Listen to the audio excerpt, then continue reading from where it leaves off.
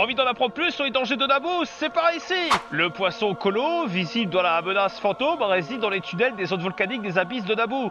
D'apparence proche d'une anguille, il est doté de quelques atouts qui font de lui une créature bien redoutable. Ses yeux, luminescents, combinés à des appendices sensoriels, lui permettent de repérer ses proies dans les ténèbres abyssales. Agressif et rapide grâce à de nombreuses nageoires, il s'attaque à toute source de lumière et de mouvement. Son corps linéaire et luisant est long d'environ 40 mètres.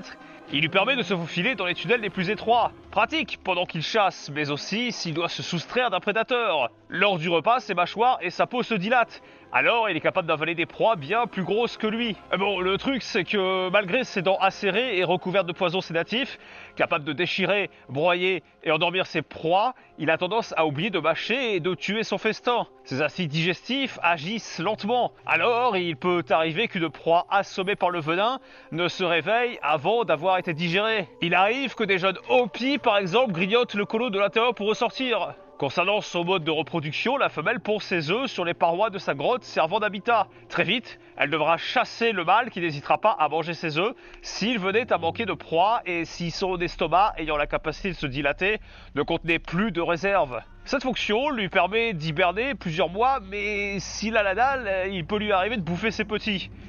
On juge pas, hein. Une fois sortis de l'œuf, les jeunes colos sont vulnérables. De plus, ils sont dotés d'un instinct de chasseur, et s'ils l'écoutent, la nature se chargera d'eux. Bien qu'il puisse vous dégoûter par son apparence, sachez que de là d'où je viens, la viande de colo est prisée par les plus fortunés, qui apprécient son côté tendre en bouche. Envie d'en apprendre plus sur le titan des eaux de Naboo, j'ai nommé l'aquamonstre Sando. Alors lâche ton plus beau follow et rendez-vous la semaine prochaine. Et si tu veux en apprendre plus sur Lopi, regarde la vidéo de la semaine dernière.